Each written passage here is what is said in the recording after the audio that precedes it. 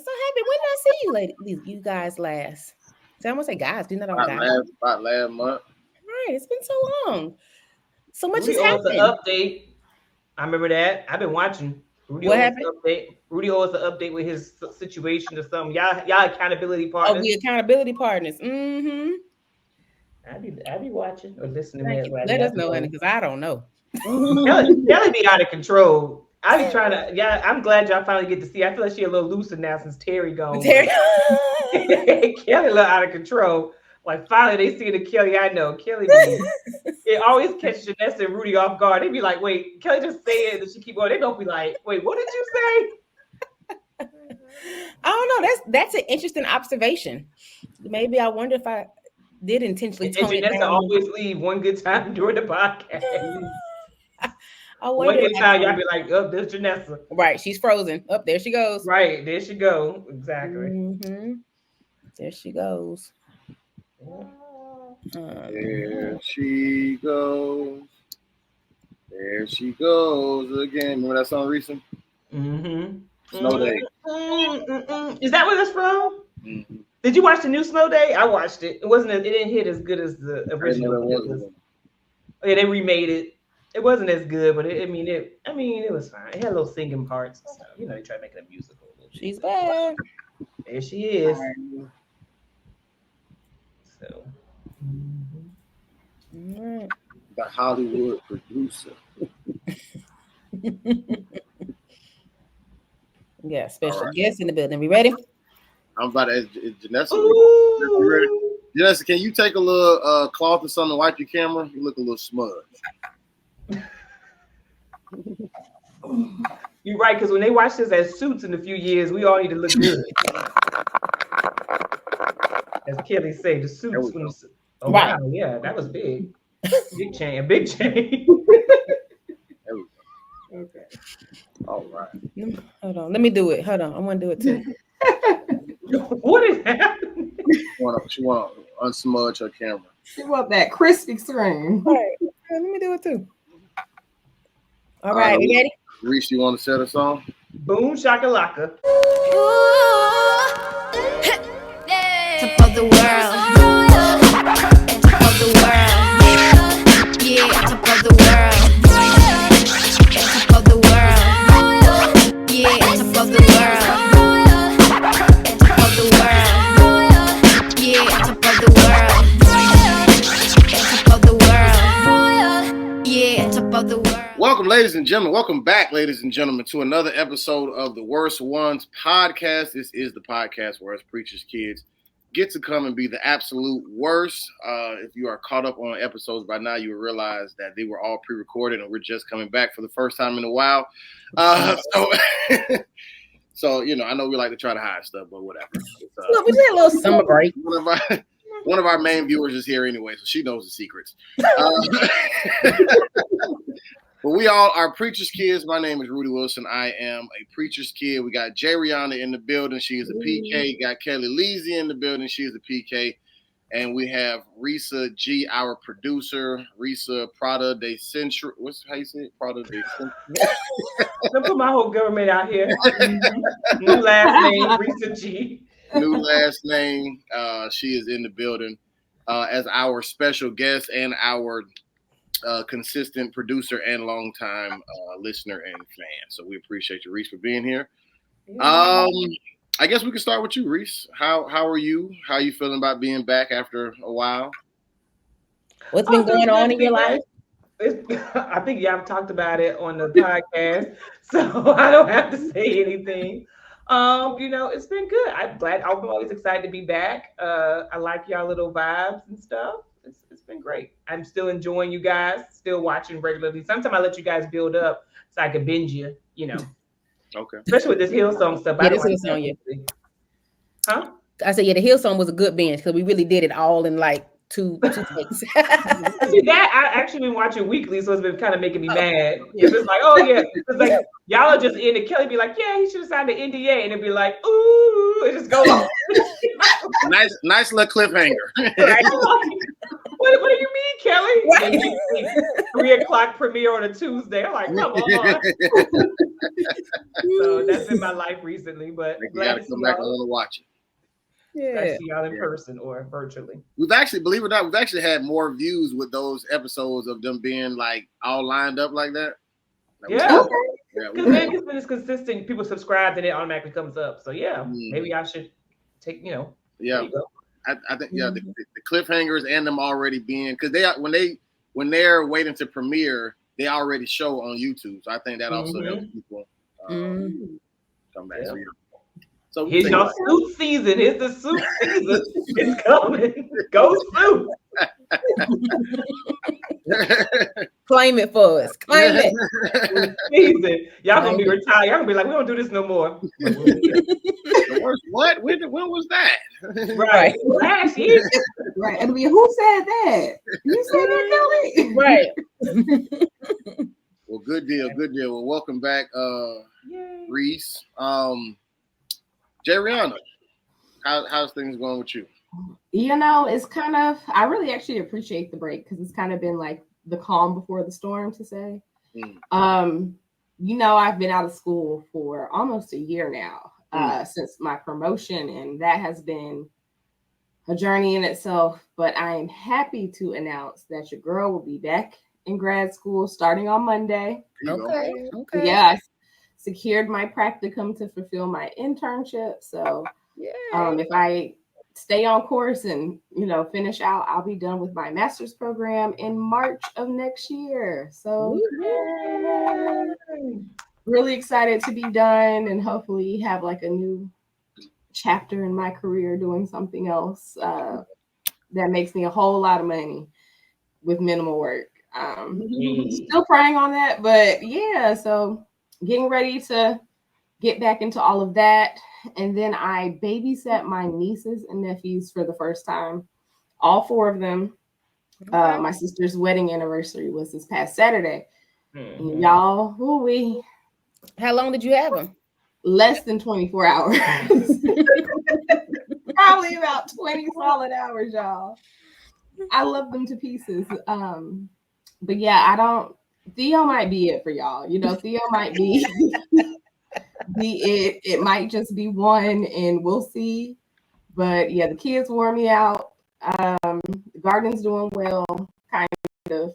But I'm good. I've just been relaxing and getting ready for, it seems like the new turn up with work and school and getting back in the swing of things. So yeah. Oh, and then DJ's going to grad school at the end of the month, so he's getting ready to move. He's going to Chattanooga, University of Tennessee, Chattanooga. So yeah, everybody's just growing up. DJ like Tennessee, huh? Clearly. Clearly. He got into NYU and he really wanted to go, but it was very expensive. And University of Tennessee gave him some money. So there you go. Where the money is. Yep. He'll be in Tennessee. It went to Delaware. Go, Kellie. Delaware. Where the money resides. Exactly. We had a good time in Delaware. Like Kellie laughing. And Janessa, how you been doing with your, I guess, accountability or your goals? Oh yeah. Walk-in. So still not walking. But I did buy a workout weight bench and like a Pilates bar set thingy. So I've been doing some at-home workouts, including today. I did a little arm dumbbell workout. So not quite where I want to be, but we're still in the fight. Gotcha. Now next week, because I don't want to take up too much time, I have to tell y'all about this Usher concert and how I'm not going to see Usher after I paid $800, but we'll save it. Oh, now I want to know. Talk about a cliffhanger. Right. Now I want to know. We'll save it. We got a lot to talk about today, but yeah, that happened too. That sounds like that's pretty big. That happened too. But I'm good. When is the concert? August. Yeah, in August, like 17th or something like that. August something. Yeah, the one I have tickets for the one August 14th, and then I also have tickets in Miami, but that's a whole other thing as well. Can't go to none of them. Why? That shit was getting rich off you. Did you Talk resell about them? it, huh? Did you resell them yet? No, I gave them to my sister and my cousin, and I told them Merry Christmas, Happy Birthday for the next 3 to 5 years. Right, I'm like forever. No, I have a work conference to go to, and so, there was some other drama too, but Oh man, that's upsetting. Yeah, man. Okay. But I am going to the Missy concert on Sunday, so that's nice. My friend went. She said it was great. I heard it was great. Yeah, I think I'm gonna do a Y2K. Everybody's been doing that. Yeah. Some. I love it. Mm-hmm. Can't wait to hear about that next week. Me too. I hope it's really good. All right, Kellie. I'm good. While we've been doing summer break here, I've been on summer break as well. I did, in terms of accountability, I did finish all of my reports. There we go. Amen. Thank you, Lord. I finished them all July 1st. So I wanted to do it. The 30th is really what I wanted to do it, but the first works. First works. Because then I had 3 back-to-back vacations in July. First vacation for the first was Miami. And that trip was probably the best trip that I've ever been on in my entire life, because your girl was a whole fiance in so yes, I know we've talked briefly a little bit about my boyfriend on the screen. But yes, he decided that he wanted to spend the rest of his life with me. He made the best decision ever. And I said yes. So yep, so that was exciting. I'm getting married in December. Oh my gosh. Wait a minute. Wait a minute.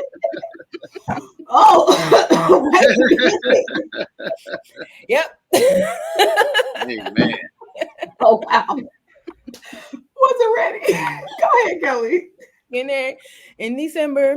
You're all invited. Only Rhesa get to +1. Y'all come together as a couple. Weddings are expensive. So y'all got a little god brother, god sister duo. Don't ask me if you can bring somebody else. That's not really, you gonna be my date to the wedding. All right. No, I have no choice. Wedding's expensive.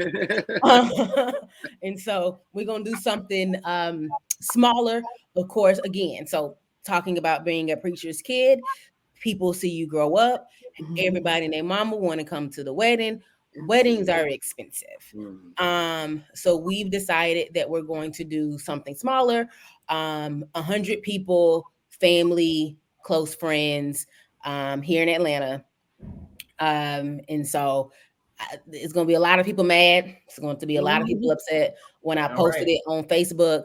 I mean, people, who have my number. Let me go ahead and send you me and my husband name and our address, because I know I'm getting an invite. I watched you grow up, but I'm sorry. So I just got off the phone with my wedding planner actually, and we were talking about something that I can maybe do to get, the saints involved. Because I do want them, they have seen me grow up. I do want them to be involved. But and collect the checks that they're trying to give you. You said what? Collect the checks that they're trying to give you. The gifts and the, definitely. But to try to feed 200, 300 people, baby, man. I can't do it. I'll share a little bit later what Jessica did, because we were in the same boat. Yeah. So we just had a conversation before I got on with my wedding planner. Me and my fiance had our first family meeting as fiancés about buying houses and money and all of that, and then to turn around and say, okay, we're gonna spend $100,000 on the wedding. No, we're not. We're not. So, but super excited, super happy. Parents are excited. So that was probably one of the best parts of the night, to call in family, to let them know, call in friends. Rhesa and Krim were there. So it was beautiful. He did it July 4th, fireworks in the background. It was a beautiful time. I cried. You want me to show the picture on him? Ugly cried. Oh, sure. Yeah, show the picture. Show the picture. That is, I'll tell you all the secret. A heavily edited picture because I was real crying. Oh, Leah, my honey. With the firework in the back of the picture. Right. Beautiful. You know, but it was I wasn't expecting it. I was actually recording my own proposal because I had no idea he was about to propose. So I'm recording it like, yeah, babe, do a little 4th of July toast. I got some better. Yeah, do a little toast. That was the spirit move. That was the spirit. That was the spirit move. So I'm recording it, and then he gets down on one knee. You know what they say? He's saying beautiful things about me, and then he gets down on one knee, and I'm like, oh. So it's been great. Then after Miami, I went on a girls trip with my mom to Dallas for our sorority convention. Then went to New Orleans for a family reunion, and then he came at the end. We spent a couple of days in New Orleans, and so got back Wednesday a week ago and been wedding planning ever since. So things have been good. I'm excited. I go back to work Monday. So that's not as exciting, but real life is now more important than work. I spent my whole life where work was probably the most important thing that took up all my time. And so I'm excited for the shift in building my own family. Yes, I'm excited for that journey. I always say I remember when I used to judge women, and this may sound terrible, but I'm gonna say it anyway. I used to judge women when we would want to have like after school meetings. I know I work in the school system. I'm like, oh, I can't meet after this time because I got to go pick up my baby from daycare, or I got to go do this. And I'm like, this your job. You need to be doing this. And now older, I'm like, girl, good for you. Go get your child. Forget about this little meeting. Like you can't be taking care of somebody else's child and meeting somebody else's child, and you can't, take care of your own. And so in that shift, in this new journey of life, I'm super excited. Like I said, I got some other stuff that y'all gonna have to hold me accountable on as we continue through this. But yes, I am super excited. Biggest summer of my life. Super happy. And I know Rudy and Janessa, I've seen y'all every week for the last 2.5, almost 3 years. Rudy, you hadn't even gotten a phone call from me in the last year and a half. Hey. You ain't got no phone call. So we're good. I'm happy. Hey, I'm happy. So look at God. Ain't he good? Listen.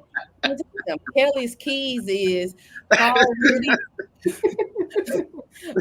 for your relationship advice. For the bad ones, he gonna be honest with you.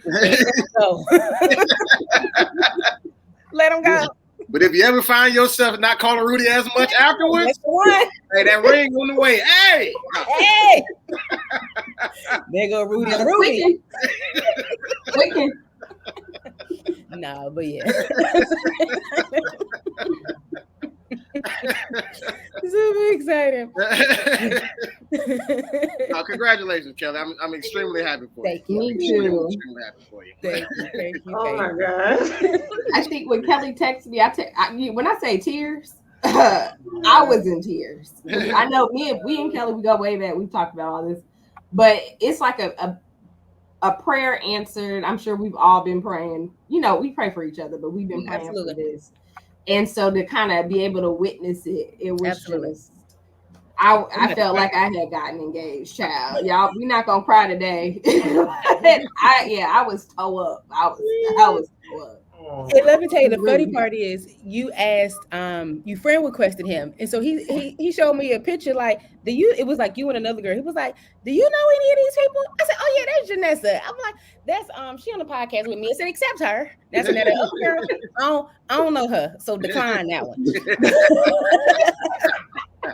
I don't know. Decline. They're around a double underscore. You can take down. Exactly. Delete. But Janessa, you can add her. Well, I'm glad I made the cut. You can add her. Has he listened to our podcast before? You said, well, nope, I don't share it with nobody. That's probably just about to be your husband. Pick one good episode. Oh man. He probably hear this when he downstairs. He probably hear this one like it don't sound like she doing nothing but laughing. Like, what did you do the whole time? He crazy. I heard he shut the door. I was like, I guess I was too loud. Kellie crazy. I've been waiting for y'all to see it. She wasn't doing that too much, but now that Terry gone, she done let loose. That is I'm gonna have to go back and listen. That is such an interesting observation. Y'all were so like tight. Now it's like Kellie, like, let me tell you something. Let me tell you when to sign an NDA when you cheat. You hear me? Don't cheat, but if you go cheat, sign an NDA. Listen, I ain't Kellie never don't want that out. I mean, she'll tell me on the side, but she'll tell y'all, the public, not y'all two personally, but the public. Now Kellie tell the public, hey, I'm not gonna condone you cheat, but if you go cheat, then Rudy like, yeah, I mean, if you go rob a bank, wear a mask. I'm like, what is going on? They telling? Listen. But I'm over here super saved, okay? Janessa's like, what y'all talking about? Rudy and Kellie like, I mean, if you're gonna do it, I mean, let's do it correctly. Which I agree. I mean, if you're gonna do it, let's do it right. Just do it right. Y'all funny. Praise God. Praise God. Kellie. Well, as for me, I mean, I don't have any other updates outside of just my whole when I was saying that I had to that my background would be different. And it's just mainly because I've moved. Yay. Sure. I moved from I've been staying with my dad like the last 2 years, which that was like the bedroom that y'all seen. And so I technically still stay at my father's house. It's just my heavenly father's house at this point. So you living in the church? Are you dead? Like, see, I went all the way from church. Like, you in heaven? Like, are you dead? Is this the person? You know something we don't? He's something that. So this studio that I'm in is at the church. And basically, long story short, like God instructed me to move here to complete a certain assignment. And it actually worked out that it's set up the way it is, because I mean I'm in my own just say room. Are you at the church for real? No, I'm serious. I'm not joking at all. That's why I say I still live with my father's at my father's house, and just my heavenly father's house. I thought he had died and gone to heaven. It was a social experiment. The Lord didn't let you come back for the podcast. I'm so confused. I'm weak. So you live at the church now. I got it. Yeah. And it works out, especially with me working at Planet Fitness, because I mean, I shower there and stuff like that. I mean, so it's I mean, my drive to work is longer in the sense of like, just as opposed to a 5-minute drive, it's like now it's like a 30-minute drive. But as far as everything else that I do, it's closer this way as far as comedy and everything else. So it worked out, yeah. And this was something I was actually supposed to be do probably like a month and a half ago, but I was pretty apprehensive because it just was kind of weird, you know what I'm saying? But I've been here now, maybe like 2 weeks. 2-3 weeks, something like that. And so the fruits of why I'm here, all of that will reveal itself as time progresses. But just in a nutshell, as far as my accountability and what I was supposed to be doing, that's why I said my background would change. So you gonna be a pastor? I hope not. That wasn't in the conversation between me and God. It ain't have nothing to do with that. It ain't have nothing to do with that at all. But I'm definitely waiting on you to start your church, and then I'll get somebody else to do it. And I'll be more than willing to be a member. Hey guys, sorry to interrupt, but we have a few church announcements. First, thank you all for listening, and make sure that you find us on YouTube at The Worst Ones Podcast. You can also find us wherever you find your podcast, Spotify, Google, Apple Podcasts. You can find us there at The Worst Ones Podcast. And when you get there, make sure you like, you comment, you subscribe, and you share. Thank you. Now back to the show. Speaking of churches, we have been discussing, or we did discuss, the Hillsong documentary for the last, at least about 4 weeks. And we brought on Sister Rhesa here because she actually has personal experience With Hillsong, right? Well, I mean, yeah, you weren't like he was a part of. You didn't have to sign an NDA, but he went to Australia to the college. She told us she was going to Auburn, but she really went to Australia.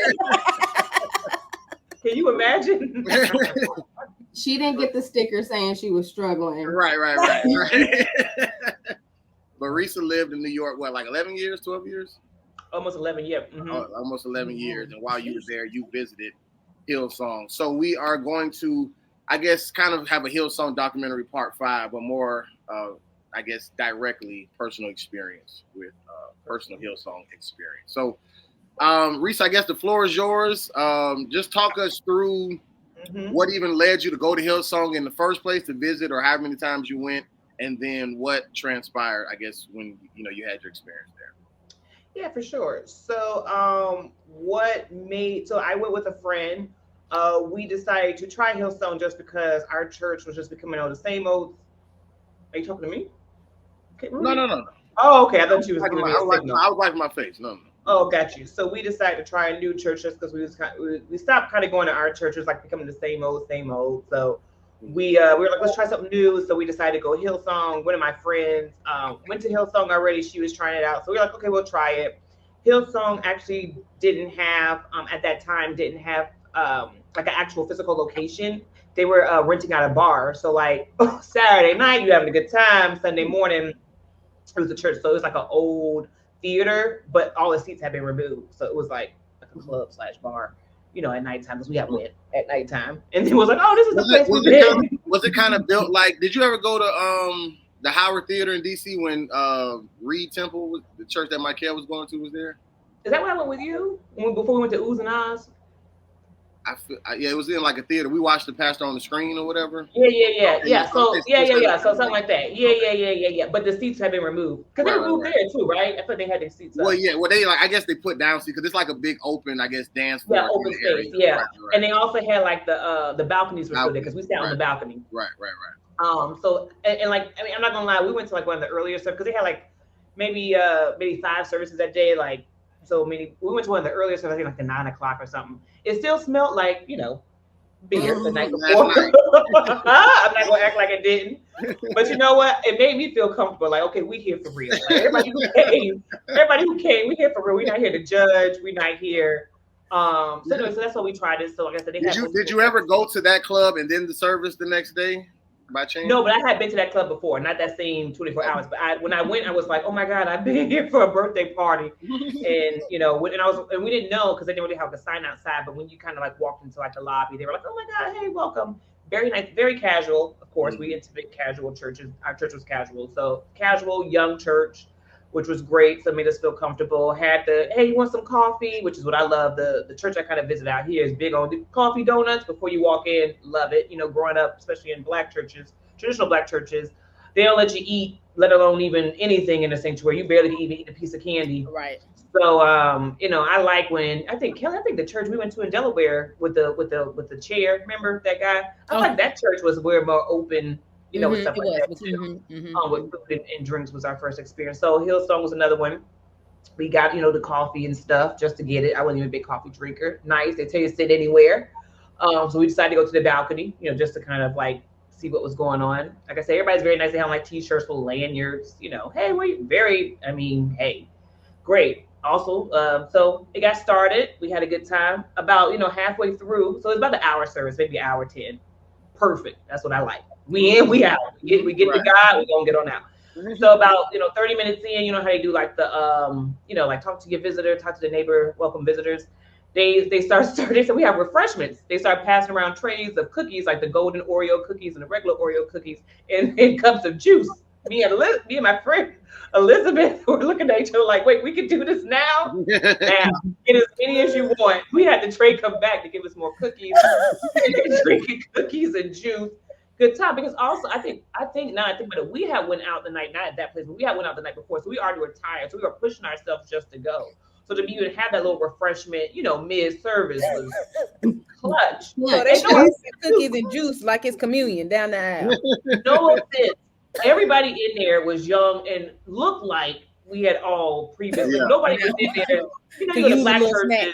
They all fresh and everybody looking great when they walk around. Nobody in there was walking around. People, we barely hanging on. You know what I'm saying? Like we all were going through, and then the whole place smelled like beer. So like we know why we in there. And, different spirit. But it's no judgment. It's, hey, God loves you. Welcome. We're glad you showed up. Hey, that's what I want to hear. Because sometimes, like I said, you don't even want to show up, but you push yourself to go. And so we got that. They passed around cookies and juice. Like I said, I think Elizabeth got 2 juices. I got more cookies. And we had a good time. And they was like, yeah, you can just eat it. Take your time. But we thought we had to eat it in that moment and then let it be. Because again, black churches, like the church we went to in Harlem, that don't play that game. Right. And throw that out before you even walk in. And so they were like, no, take your time. Take it home with you. It don't matter. Here's some extra napkins. What? That's when I started taking more cookies. I put them in a napkin, put them in my bag. And I was like, whatever. So it was gonna Oreos too. Come on. Oreos ain't cheap. You know what I'm saying? You had name brand cookies, right? Not just passing out Oreos, and it's like 1 of 5 services today. You got a lot of money pass out Oreos, to everybody. And they had nice sized cups, of juice. Right. Not the kid cups. Now, after learning, this is in the sanctuary. Well, the sanctuary. Yeah. During This is like something that's going to happen. You're speaking around to people. We didn't know nobody, just me and Elizabeth. We spoke to people around us. And nobody really knew it. Like, the only people who kind of went there all the time knew everybody. Everybody else was visitors. So you just kind of waving. New York, you ain't really hugging nobody. But the cookies brought all of us together. Because everybody was looking, like cookies, juice. Can you pass another one down? Like we was, all were together with that. So that really was together. It's a good service. That's one meal. I told them I come back just for that. That's new.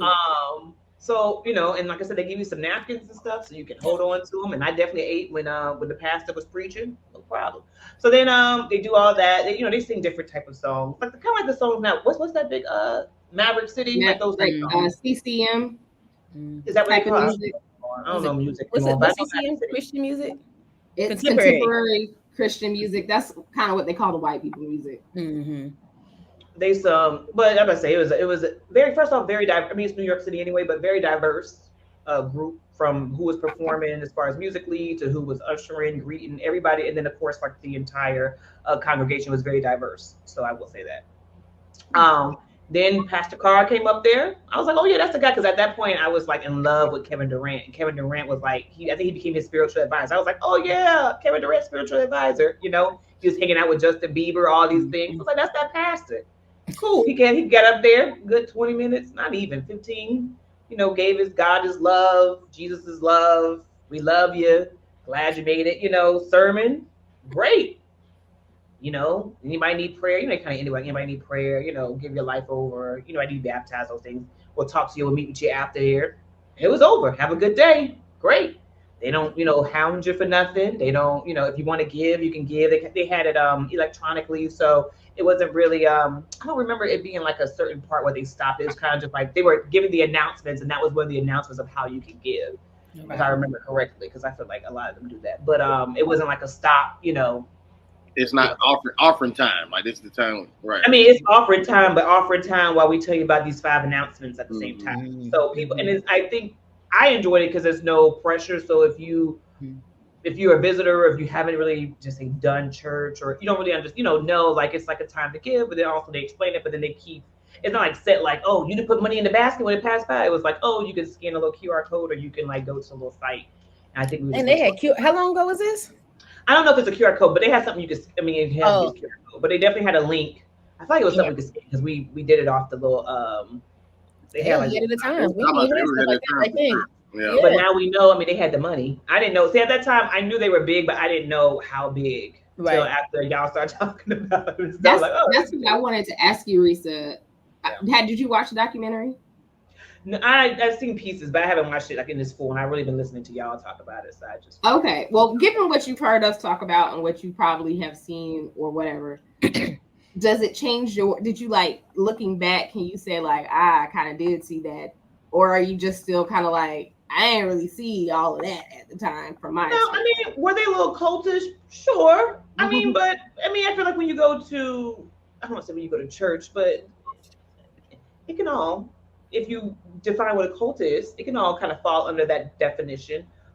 including Baptist churches, because I feel like they've been. I felt like here when I went, it was very more accepting, welcoming. I feel like same when I went to Joel Osteen's church in Houston, just very more like, oh my gosh, how you doing? Glad to have you. Do whatever you want. Just it was less restrictive as it was than it was when I went to the black church, even a big black church, from a New Beginning to the big church I went to in Harlem, which Kellie went to a few times. Like it wasn't as restrictive. It wasn't like you got to sit here, you got to be quiet, you got to. It was just like, hey, glad you made it. Now if somebody was disrupting, like clearly they'll address it, but nobody really.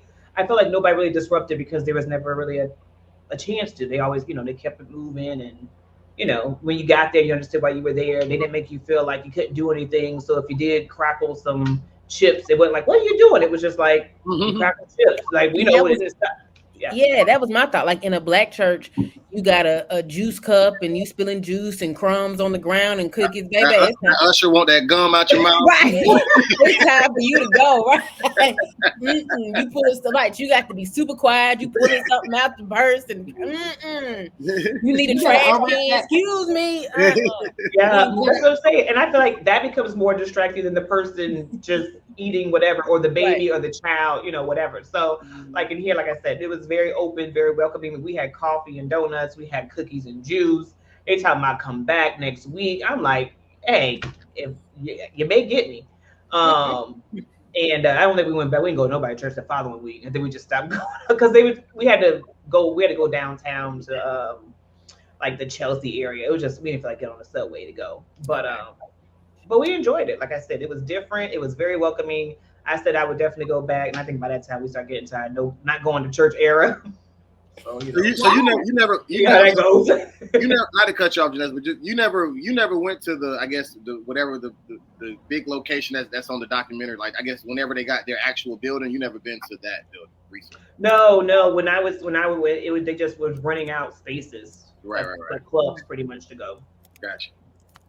And do you think? I mean, it's kind of, I guess, hard to answer this because you weren't behind the scenes. But do you think that, just say like their spirit of being non-judgmental, whatever like that, do you think that stemmed more from just say like a Christianity standpoint, or because they had so much going on behind the scenes, they wasn't really pressed to. They was pushing it. Yeah, judge others because they don't want to. You know what I'm saying? Expose themselves as well. No, I think it was from Christianity because I feel like Hillsong and then like those again, like I feel like I don't want to call it. I don't know what to call these type of because they're not. I mean, it's not denominational, but I don't know because I feel like Hillsong. I feel like this church, like I said, I've been to right here in LA. Like the church we went to in Delaware, Kellie. Like I feel like there's this new, I don't want to say wave of churches that are very just like non-judgmental. Like people come from that judgmental, so they go completely the opposite. Non-judgmental. Was it contemporary Christian music, Maverick City music? Way more coffee and donuts when you walk in. You ain't even gotta have a bake sale. I mean, they have food when you walk out. Like the church I've been to in LA, they got a whole, what's that 360 camera thing that you could do before church start? Yeah. Be up there. Hey, exactly. They do a whole count, like Hillsong had the same thing. They had a countdown on the screen before it got started. So you knew if you need to go to the bathroom, whatever.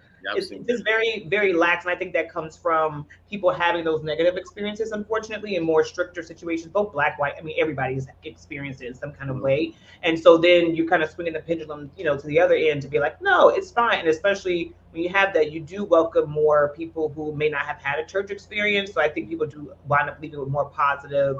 God is love. Jesus is love. We here with you on this path. We understand life could be hard because they were the first church I heard have like mental health services. They were saying if people had needed anything, mental health wise, because usually before it was like the church would kind of, well, I don't know about all churches, but it felt like at least in black churches, like mental health. What do you mean? You got Jesus, where they were like, yeah, we got Jesus, but we got somebody who's going to talk to you, make sure, hold your hand.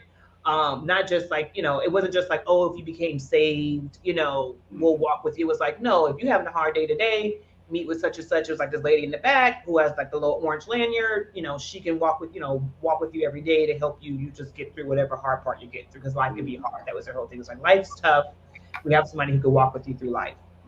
Hopefully you'll join Jesus with it. But if you don't, we're still here. Jesus is love. We love you, regardless. And I just thought that was a very different way, clearly, because like I say, even the church we went to in Harlem, that wasn't, it was like you get saved, we walk with you. You don't get saved, good luck out here. get the world.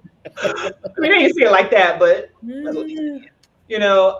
And so I thought it was just great to, kind of have these options, especially, like I said, we in the middle of a bar. So, I mean, you definitely going to get people who, like I said, who haven't done church in a sense or been to church like that. Right. In here. So I liked it. I would go back. So, go ahead. I'm sorry. Go ahead, Kellie. Because you were going to talk a long time ago. Go ahead. I just want to pick your brain a little bit because you did kind of grow up, you did grow up in the church, Rhesa. Mm-hmm. One thing I've kind of noticed, and we've talked about it a little bit on the podcast, with some of these newer churches, and we got to come up with a term, but all the stuff you just said, the coffee and donuts, the relaxed environment, the we come as you are, all like that whole vibe. A lot of churches are doing it, but it does seem, we talked about Pastor Mike Todd before, sometimes those type of churches, the preaching is, I don't know, for a lack of a better word, dumbed down or broken down maybe a lot more than what we're used to. Mm-hmm. Did you feel like you kind of experienced that? It was just kind of very high level maybe, or not very, Bible based, you really going into the scriptures and breaking it down when he was preaching? Because even when you were saying he only was up there for about 15-20 minutes, like what was the sermon experience for you coming from a church, a churchy background? Got you. Time out. First off, Kellie got the Renaissance cup. I didn't get that at the AMC. I was only able to get the popcorn bucket. I just want to say that they didn't have the cup when I went. I went that second weekend. They had ran out the cup. They only had the bucket left. I appreciate it. If I didn't have this baby sleep in my lap, I'll go get the bucket to show you. Because that bucket cost me $22 for some popcorn. You know what I mean? 13. I know, that's why I wanted it, because it was cheaper. But I had to get the bucket because they didn't have any more cups. So shout out to you for being able to get a cup. I went the day before. With Oh, yeah, you did go early. Yeah. Shout out to Beyonce. I know she's gotten a bad rap on here from y'all. But whatever. Renaissance tour was amazing. I plan to go to Cowboy Carter. I gave her good review for the concert. Okay. Well, Terry had a lot to say about it. Who had a lot to say? But Terry. you know what I'm saying? Hey, it was a good time. I bought my silver. You know what I'm saying? We was there. So shout out to Kellie. But no, as far as the sermon experience, no, it was Bible based. But I do agree that this new wave of churches, I went dumbed down. I would say that I feel like it's very I feel like they make it like you can actually digest it. And yeah, for us who grew up in church, maybe like, well, we already know this, God is love. But I feel like a lot of times I also learned that, like, oh no, God is love. Like I feel like in church, it's like, God loves you, but don't have sex. Here it's like, no, God really is love. And this is what love looks like. It looks like, like truly changing your life over, truly following him, truly being nice to people, truly, whatever they're talking about. So it is Bible based, and it does kind of feel like it is like dumbed down. But then I think it's great because then everybody, regardless if you're just getting started or if you're not getting started, if you're just getting started in your walk with Christ, or if you've been here forever, is something that everybody can digest to. Versus what's that man named that pastor in Atlanta who always want to speak with like Webster's dictionary? And it's like, I don't know what you said. What's his name? Y'all know. You talking about what's his name, Kellie? You know his name because you said his name before. He came to New York one time preaching in my church, the Black Church in Harlem. I remember I went that night. I was like, I ain't got time for this. I know what you're talking about. I don't know who you're talking about, but I know Noel Jones used big words. No, Noel Jones, I've been in his church. I understand what he's saying. You talking about you know what I'm talking about, Kellie. He greater Atlanta. What is his church? Is it Greater Travelers Rest? Yes. Who's Louis Smith? Louis. Yes. He do that all the time. Yeah. Because he's from Morehouse or whatever. He do that all the time. And these high level words. Like, come on, bro. Come on, bro. I don't even know what you're talking about. You have lost me 8 Webster's Dictionary's words ago. What did Jesus say? Because I don't know. I'm out. He's using the ACT and SAT word. I hate it because honestly, you turn off somebody like me who's churchy and been in church and probably know what you're talking about, and then you definitely have turned off those who don't even just say first introduction. I know what you're talking about up there.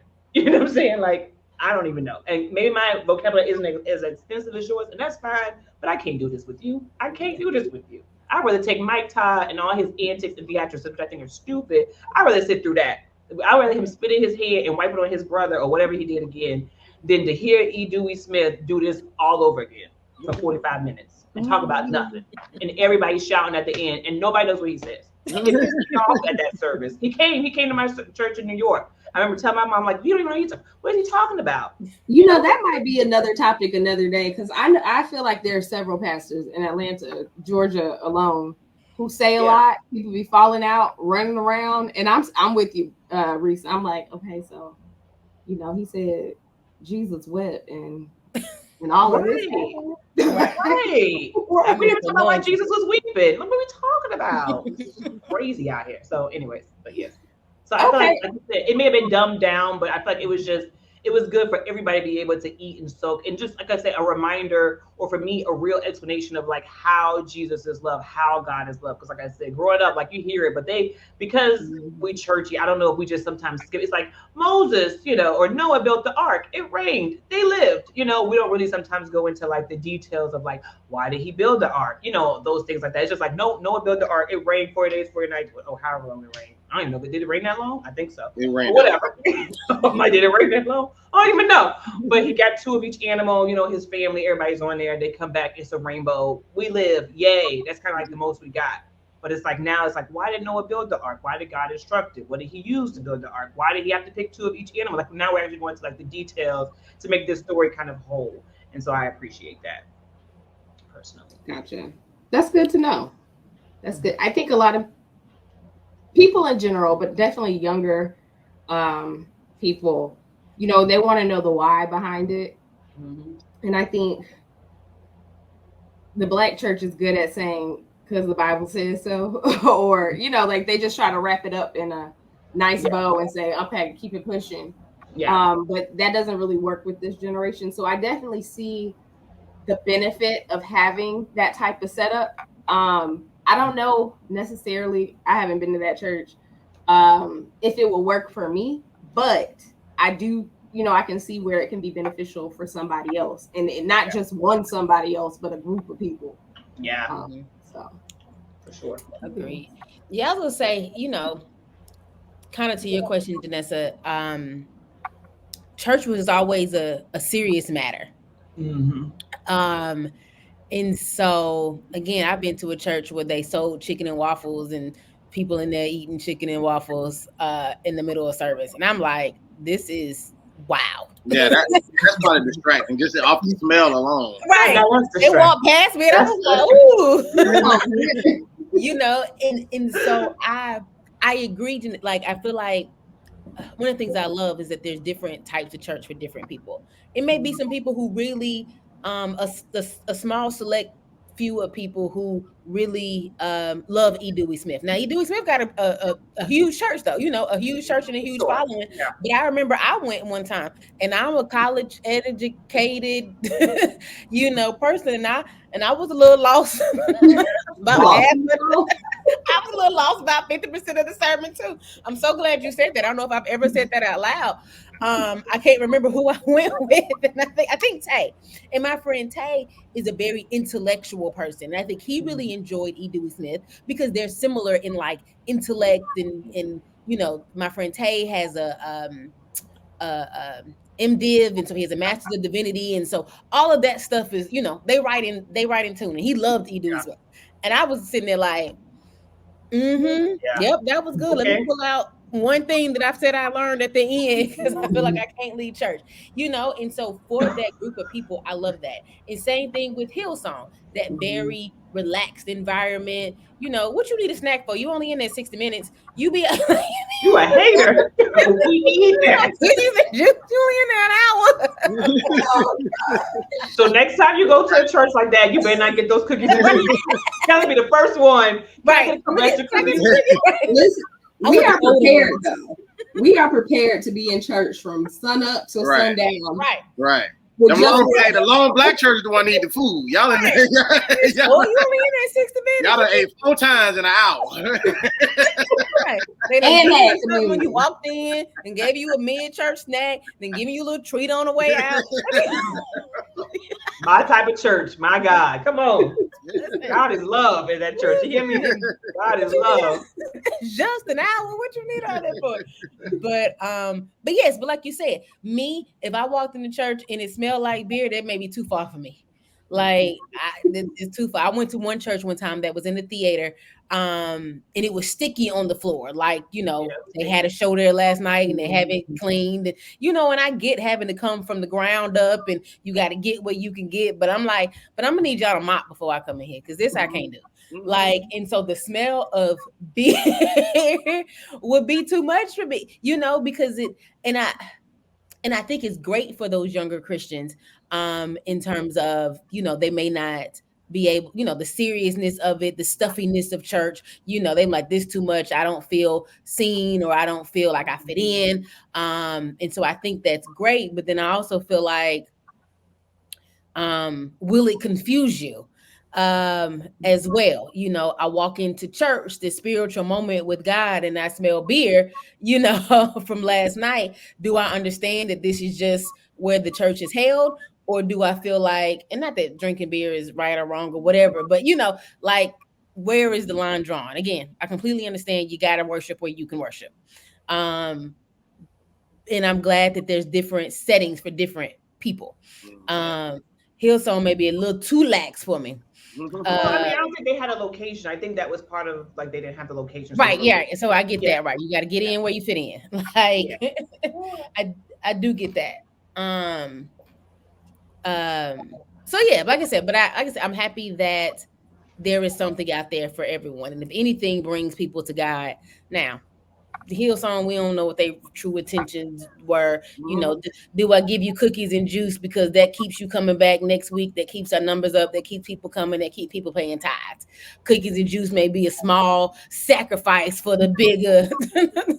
Or did they have an Oreo sponsor? Was they even paying for cookies? They had to hook up. Right, Oreos and Tropicana. Like, I'm not mad. If they have an Oreo sponsor, they doing something. I'm not mad at it. So yeah, but yeah, like I said, but I do think different strokes for different folks. Hillsong is definitely a place that I would have, if in one of my many times in New York, if you would have said, "Oh, let's go out," I'm down to try any churches, but it may have been a little too lax for me. A little too lax. Rhesa, I was going to ask you, being that you were, I guess, their person, because I feel like after you mentioned the whole, like, they didn't really harp on the tithes and offering portion of service. I felt like I remember that being mentioned in one of those 4 episodes on the Hillsong documentary. I don't know if, like, somebody from the church, like one of the staff mentioned it, or maybe one of the members who went mentioned it, but I feel like I heard that. But I guess my question is, do you feel like the money not being so pressed upon, did that psychologically like kind of encourage you to give versus, because and the only reason I'm bringing this up is because I mean I definitely seen and grown up in the black church, but even a church that we all know that I'll mention off camera, I just don't want to be raining on people's parade, but very well known church. But I remember watching, they had like a I guess back in the day you would call it a revival. They called it something else, but it was like a 3-day kind of whatever. They had different preachers come in different times. But there was such a heavy weight on sow a financial seed. You know what I'm saying? Like, I need 25 people to give $1,000. I need, this. You know what I'm saying? And this was aside from the offering that was already taken up earlier. Mm-hmm. You know what I'm saying? And then like the guest preacher who came up was, and they were even just using different like little tactics of, sow a seed into this word and blah, blah, blah, blah. So like, and it really made my stomach kind of turn, you know what I'm saying? Because I mean, people gave it. Like, they definitely came up. Like they made the money. I think if they asked for 15 people to give $1,000, they probably got about 35 people who did. You know what I'm saying? Mm-hmm. And I only know that because they was counting them as they was coming up. But the they go 3, they go 5, 7, they go 10. It's 5 more. Right. 17.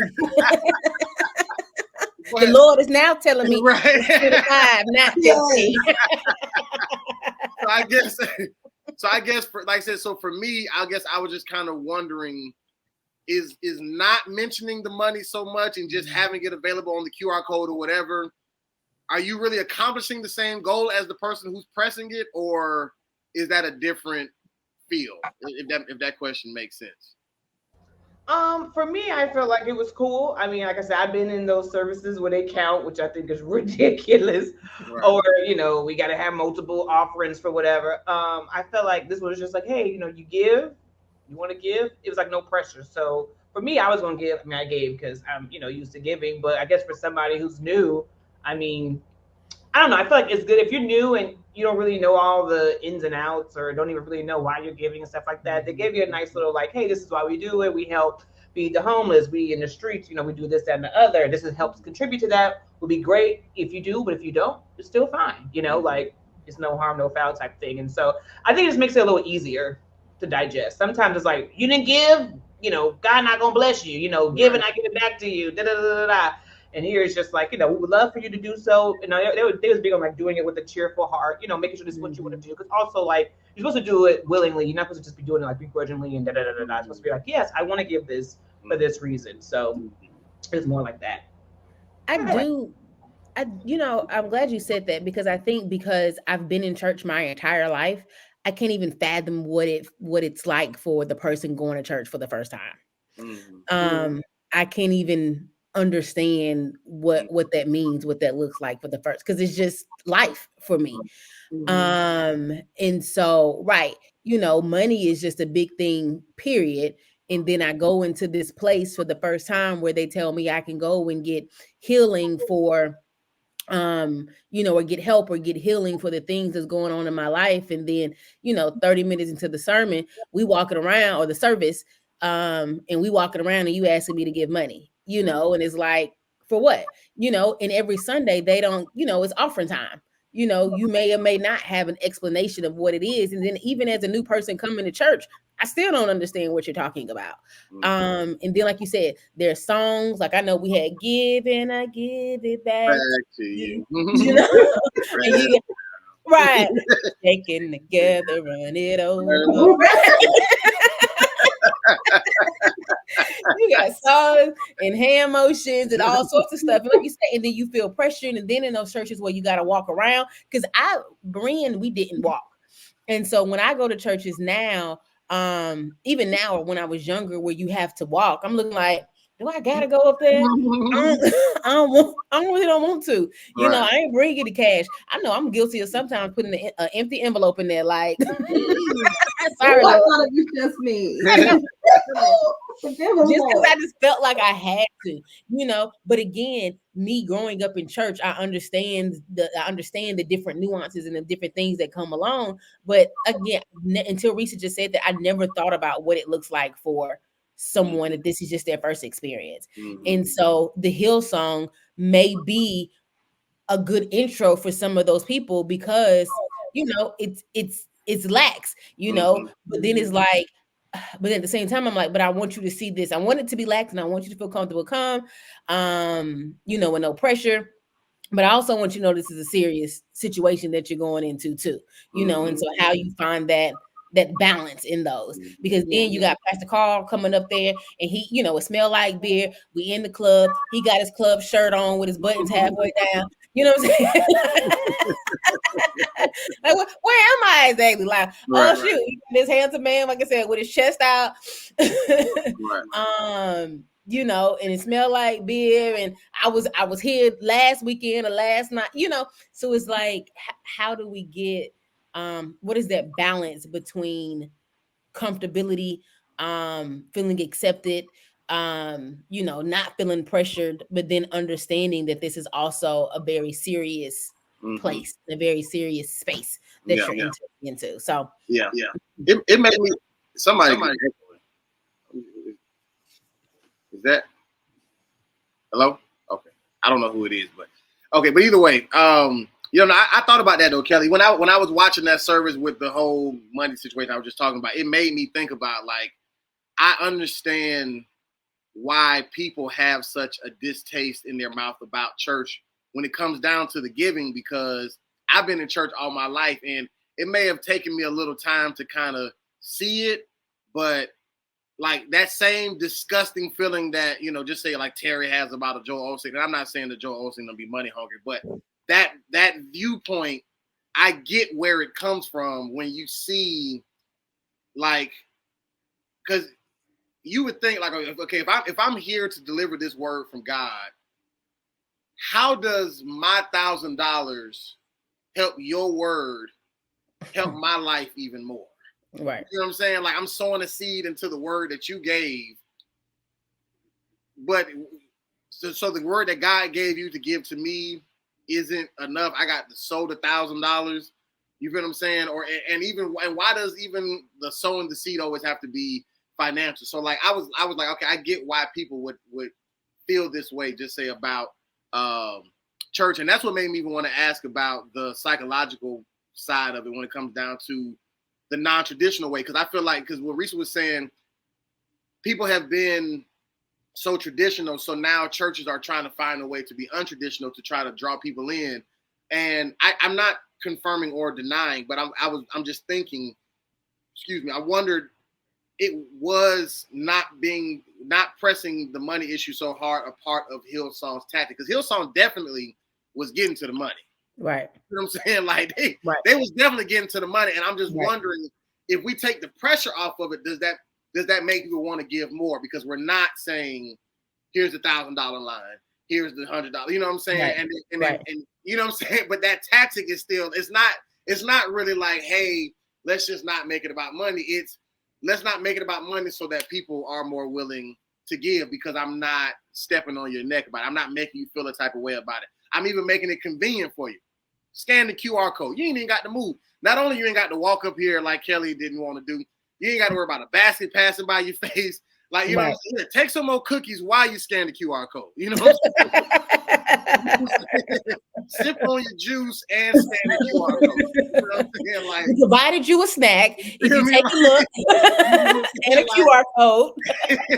And I get, and like I said, I don't know if any of us have the answer for it, but that does cross my mind. Like, does taking the pressure off of giving, does that psychologically make people want to give more? And if it does, was that a part of Hillsong's tactic? And I only question Hillsong about that tactic because after watching the documentary, not saying that they weren't doing anything right, but we found out how much wrong they were doing. And so now it just makes me question their motives on everything. You feel what I'm saying? Like, was the juice and cookie a tactic? Was the beer smell a tactic? Like, we know like everybody in this area, they like the club. We got young people come to the church, so they're gonna need hangover food. That's why we passing out the cookies and the juice and the, you know what I'm saying? Like, are we catering to our audience for the sake of getting a return on our investment? Because that's what you do in business. You feel what I'm saying? Like, you provide a service and you'll invest whatever to get, you know, to double your profits or whatever the case may be. And I'm just curious, was all of that a tactic, or was some of it a legit, this is how we want to operate in the love of God, but then they just also had other dirt, or was all of it, I guess, a part of the dirt? I guess that's just my kind of question. I think they had a marketing team looked at the statistics, what brings in, you know, this population of people in New York, you know, to come on a Sunday morning. Right, because we know food brings in a lot of people, you know, snacks, food bring in, you know, a lot of people. Rhesa may not remember what Pastor Carl talked about, what the topic of, I mean, you gave us an overview, but you know what the title of the sermon was, but she remember the juice and cookie. Y'all not gonna play Hillsong because Rudy remembers some lady in a dress at a church. So we all remember in different. We remember E. Dewey Smith got crazy lyrics in his sermon. Yeah. So everybody got some. Right. And so, but the lady in the dress wasn't a part of it. She was the only one. Everybody else had on church dress. I think that was her tactic. Right. That was definitely her tactic. She definitely had a marketing strategy when she put that dress on that morning. But I'm gonna find me a man today. And I will say though, well, one in the documentary they did say that who was the pastor of the whole Hillsong? Was it Frank or was that the daddy? Brian Houston. Brian. Yeah, like when he was first starting it up, he came to the United States from Australia to specifically talk to the prosperity preachers. Mm-hmm. And I think he probably did get some, as y'all said, marketing strategies. Mm-hmm. Because for whatever reason, prosperity preaching churches tend to be some of the mega churches that we see. So clearly they're doing something quote unquote right for what they're trying to do. Mm-hmm. And I forgot my other train of thought. It had something to do with, you were talking about the mentality. Maybe it'll come back.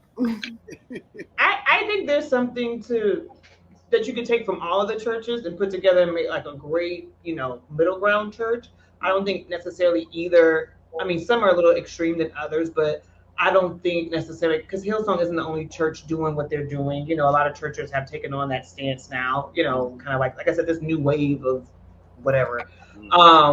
So like I said, I don't want to call it non-denominational, because non-denominational kind of reminds me like Berean, which is very lax, but I feel like these people are even more lax. Mm-hmm. So I don't know what that is. New wave of the churches. And I feel like to me, it doesn't bother me as somebody who grew up in church, because for me, but I'm also looking for something that's not super churchy either. Mm-hmm. So for me, it's like, this is perfect. Oh, and there's a little bit more, Riz, as the kids say, on top of it. You give me donuts and coffee and cookies in the middle, even better. Right.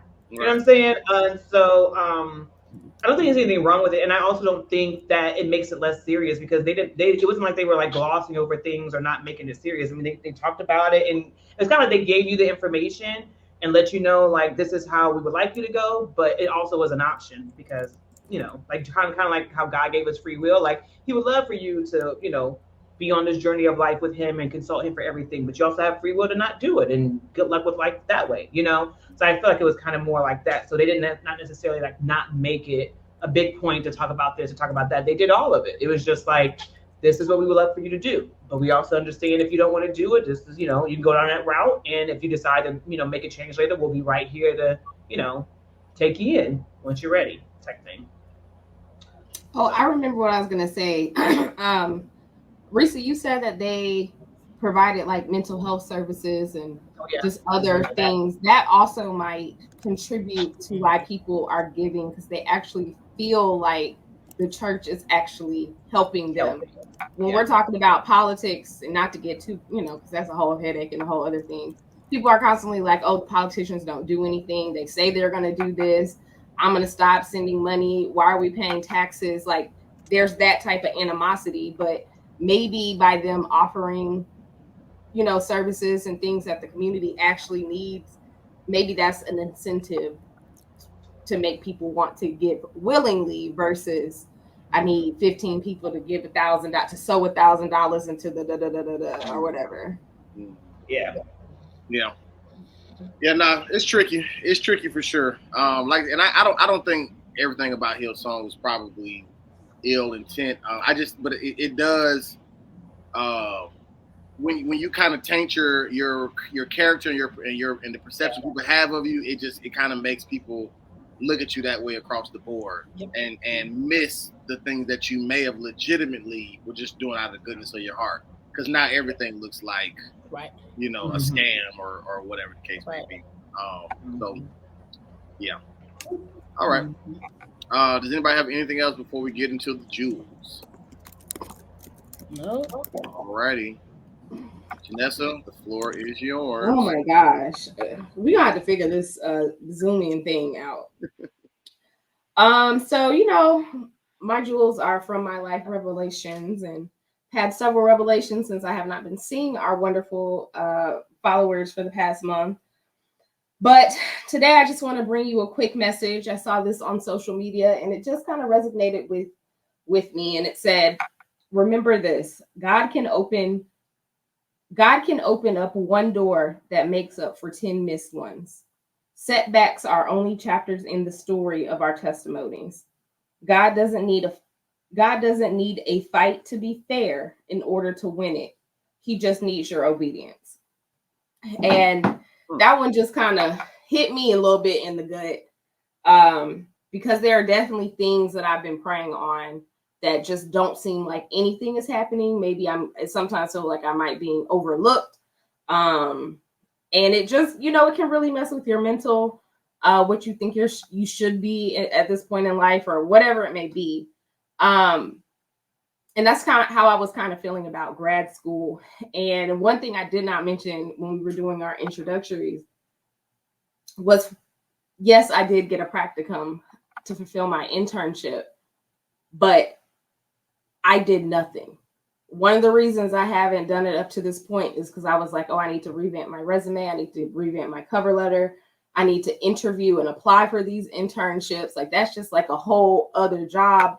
And I don't have time to do that, given my current job. And so I just haven't been doing it. And honestly, I hadn't had any real plans to do it until I felt more comfortable with things at my job. But this opportunity literally fell in my lap. They came to me. They were like, hey, we want to give you this opportunity. All you have to do is fill out this paperwork, because there's like a whole process. Even if I didn't go through them, I have to write a whole proposal and get signatures and all these things. And y'all, I didn't have to do anything. Mm-hmm. All I really did when I thought about it, because I was like, well, I really appreciate it, God, but like, I didn't do nothing. Am I even worthy of getting this opportunity? Because it's not something that I did on my behalf. But that's not what God asked for us. He didn't ask us to figure it out. He didn't ask us to put our accolades and credentials up there. And all he told us to do was to be obedient. And I can just say, for me, I'm sure we all have testimonies that can apply to this. All I did was pray and focus on the thing that he had given me, which was my job. And he literally opened the door, and I didn't have to do anything but fill out a few sheets of paper, sign my name, and now I have an internship. And not hopefully, because we claiming it, I'll be done with school in March.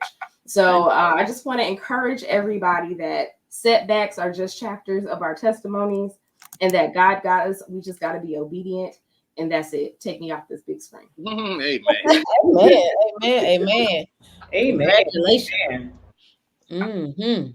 Yeah, that's a word right there. I love a good testimony when the Lord working on your behalf in ways that you can't see. Right. And things you can't see. Amen. Mm-hmm. I need him to work on some other stuff, but he working. He working. He working. Trust him. He working. All right, Kellie. Leaves it. At Princess Kels 51, still private. That's it. All right. J Rihanna _ we have fun over there. Oh, me, Rhesa _G. I'm here. No. At least you can find Rhesa. You can find Rhesa. You can. I'm public. You can follow me. Well, Reese, we appreciate you joining us today. Our special guest, our producer. Thanks for having me. Absolutely. Of course, you can come back whenever. We got to do the other topic. I do want to do the other topic that you suggested, Janessa, and I want Rhesa's thoughts on that. So definitely come back. Oh, is that what you text me? Yeah. If we could. Oh yeah. Kellie going through that right now. Right. Mm-hmm.